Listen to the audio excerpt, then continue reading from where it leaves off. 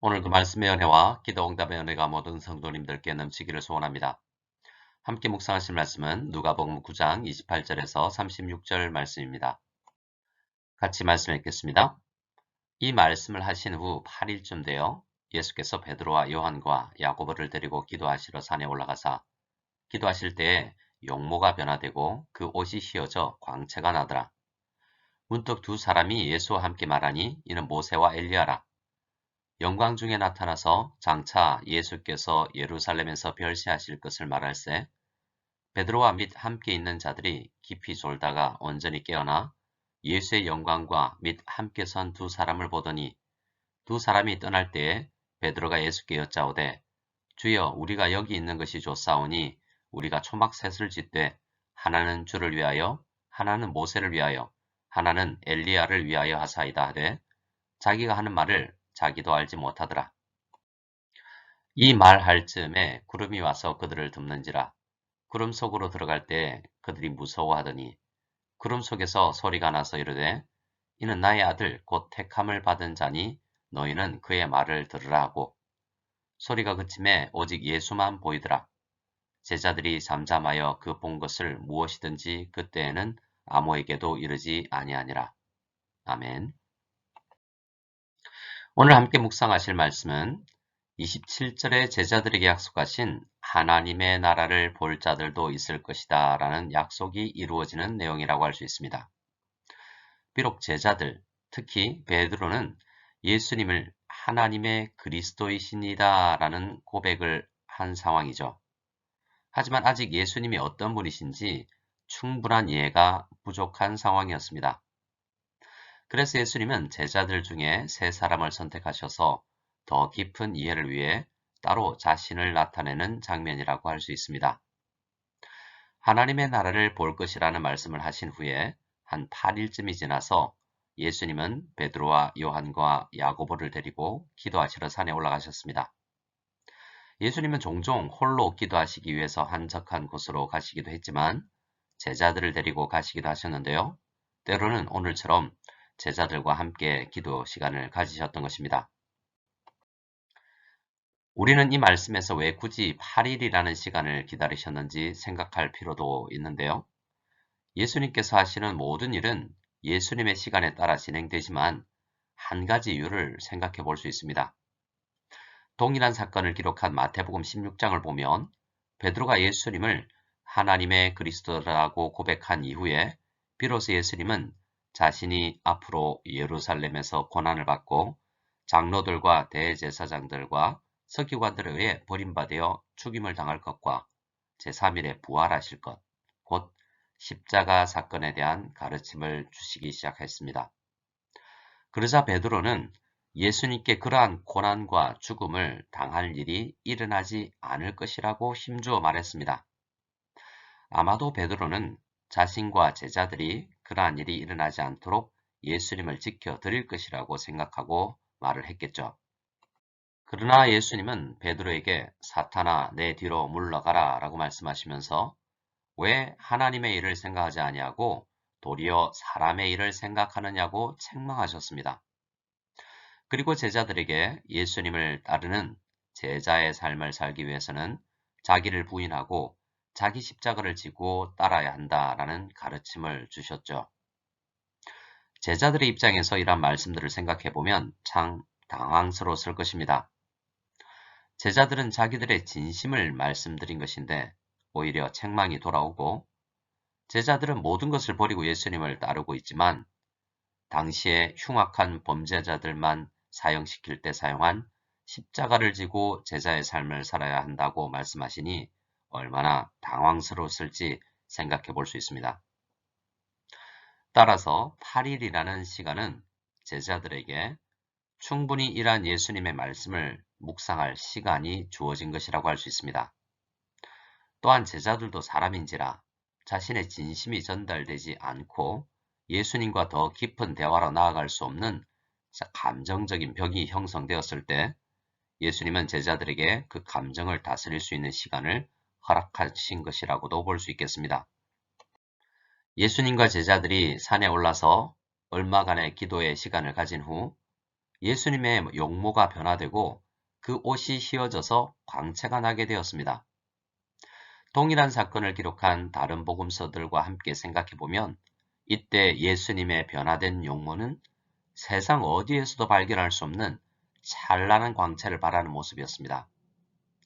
제자들의 입장에서 보면 예수님의 이러한 변화된 모습은 이전에 예수님에게서 발견할 수 없는 놀라운 변화이지만 사실 이 모습은 예수님의 본 모습이었습니다. 예수님은 제3위 하나님이시기 때문이죠. 하나님의 본체이신 예수님께서 이 땅에 오실 때 마리아와 요셉의 아들로 태어나 구유에 누이셨습니다. 인간의 탄생으로 보아도 참으로 비천한 모습이 아닐 수 없지요.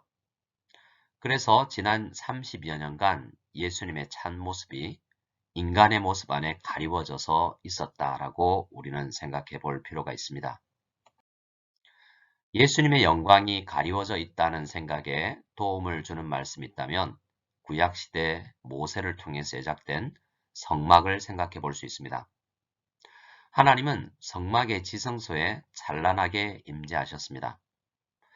성막은 어떠한 외부의 빛도 들어가지 못하도록 각종 재료로 가리워져 있었는데요. 성소에는 촛대로 공간을 밝히기도 했지만 성막의 가장 깊은 곳, 하나님께서 임재하시는 장소는 빛을 발하는 그 어떠한 도구도 존재하지 않았습니다. 하지만 세상에서 가장 찬란한 빛을 발하는 곳이지요. 영광의 하나님께서 그곳에 임재하시기 때문입니다. 하지만 성막 외부에서 지성소를 바라보면 전혀 다른 모습입니다. 성막은 순양의 가죽과 해달의 가죽으로 덮개를 만들어서 가리워져 있기 때문입니다. 따라서 인간의 눈으로 지성소를 바라보면 덮여있는 동물의 가죽만 보일 뿐이었던 것입니다. 제자들이 예수님을 바라볼 때도 마찬가지입니다. 제자들은 예수님이 그리스도라고 생각했지만 하나님이 선택해서 보내신 이스라엘을 구원할 다윗과 같은 놀라운 힘을 가진 왕이라는 생각 정도에 머물러 있던 상태였던 것입니다. 결국 사람이신 예수님으로만 생각했지 참 하나님으로 생각할 수 없었던 것입니다. 제자들의 예수님에 대한 인식이 이 정도라면 당시 이스라엘 사람들의 생각은 그에 훨씬 미치지 못했을 것입니다.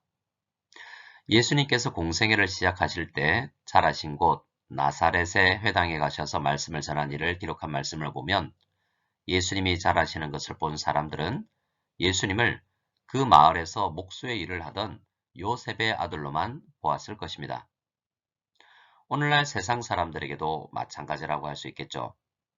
세상 사람들은 예수님을 생각할 때 역사책에 기록된 한 사람, 비록 보통 사람보다는 뛰어난 위인으로 생각하지만 마호메트나 간디 혹은 부처와 같이 사람들과 동일한 수준의 인물로 생각하고 있는 것입니다. 또한 예수님을 믿는 성도들도 말씀 안에서 찬란하게 빛나는 예수님을 만나지 못하면 예수님은 우리를 구원하실 하나님이 아니라 역사 속에서 한 시대를 사셨던 훌륭한 선생님으로만 남아있게 되는 것입니다. 바라기는 오늘 말씀에서 제자들이 본 것과 같이 예수님의 진정한 모습을 보는 은혜가 모든 성도님들에게 임하기를 기도합니다. 30절 이하의 말씀을 보면 예수님의 용모가 변화되었을 뿐만 아니라 두 사람이 예수와 함께 말하고 있었다라고 합니다. 그 두 사람은 모세와 엘리야였는데요. 그들은 이미 오래전에 죽고 더 이상 이 땅에 존재하는 사람들이 아니었습니다. 그러나 놀랍게 지금 예수님과 함께 이야기를 나누고 있는 것입니다. 이 말씀이 의미하는 바는 예수님에게 죽은 사람을 불러내어 말할 수 있는 주술적 능력이 있다라는 것이 아닙니다. 우리 인간은 시간과 공간의 제약이 있죠. 하나님께서 그렇게 우리를 창조하셨기 때문입니다. 하지만 예수님은 창조자이십니다. 그래서 예수님께는 시간과 공간이 우리와 전혀 다릅니다. 천년이 하루 같고 하루가 천년 같다고 성경은 말하죠. 사람들 중에도 물리학을 깊이 공부해서 하나님의 창조 세계를 공부해 본 그러한 사람들은 우리 일반인분들보다는 조금 더 세상을 추론해서 보기도 합니다. 하나님의 차원에서 이러한 대화가 너무나 자연스러운 일이라고 우리는 보아야 할 것입니다. 예수님이 모세와 엘리야와 함께 나눈 말씀은 장차 예수께서 예루살렘에서 별세하실 것에 대한 것이었습니다. 바로 베드로가 한 일주일 전에 결코 주님께 이런 일이 미치지 않을 것이라고 이야기했던 바로 그 십자가의 일을 이야기하고 있었던 것입니다. 따라서 이 말씀은 베드로를 비롯한 제자들에게 예수님의 말씀을 들을 때 하나님의 일 중심으로 생각하고 사람의 일로 생각하지 않도록 교훈하기 위해서 보이신 것이라고 우리는 생각해야 합니다. 우리는 하나님의 말씀을 묵상할 때 우리의 경험과 이해의 한도 안에서 생각할 수밖에 없습니다. 그 이상으로 나아가지 못합니다. 그래서 우리는 말씀을 묵상할 때 꼭 기도해야 하는 것입니다. 우리의 눈을 열어서 하나님의 일을 생각할 수 있도록 말씀을 묵상하며 하나님의 일을 생각할 수 있도록 해달라고 기도해야 하는 것입니다. 그때 제자들이 깊이 졸다가 깨어나서 예수의 영광과 함께 선 두 사람을 보게 됩니다. 아직 분명하게 인식하지 못하고 어렴풋이 바라보는데요. 이것이 우리에게 말하는 바는 우리의 육체의 안목이 열려 말씀의 깊이를 묵상할 수 있는 은혜가 필요하다라는 것입니다. 33절을 보면 아직 충분히 영적인 눈이 열리지 못한 채 어렴풋이 예수의 영광을 보았을 사람들이 어떻게 생각할 수 있는지 우리는 보게 됩니다. 베드로는 주여 우리가 여기 있는 것이 좋사오니 우리가 초막셋을 짓되 하나는 주를 위하여 하나는 모세를 위하여 하나는 엘리야를 위하여 하사이다 라고 말했습니다. 누가는 이 말을 평가하기를 자기가 하는 말을 자기도 알지 못하더라 라고 말합니다. 예수님께서 자신의 영광을 나타내 보이셨지만 말씀을 기반으로 성령의 도우심으로 충분한 묵상이 되지 않은 상태에서는 하나님의 일을 생각할 수 없다라는 것입니다. 베드로가 이렇게 비몽사몽으로 이야기를 하고 있을 때 구름이 와서 그들을 덮습니다. 유대인들로서 제자들은 이것이 하나님의 임재의 구름, 쉐키나의 영광임을 알았을 것입니다. 그리고 구름 속에서 소리가 납니다. 이는 나의 아들 곧 택함을 받은 자니 너희는 그의 말을 들으라 라는 음성이 들립니다. 성부 하나님의 음성이 제자들의 귀에 들린 것이죠. 태어나서 처음 듣는 하나님의 음성이었습니다. 그러나 여기서 우리는 생각해 볼 필요가 있습니다. 그동안 제자들이 수없이 들어왔던 예수님의 말씀도 사실 하나님의 음성이었습니다. 그러나 제자들에게는 훌륭한 선생님의 말로만 들렸던 것입니다.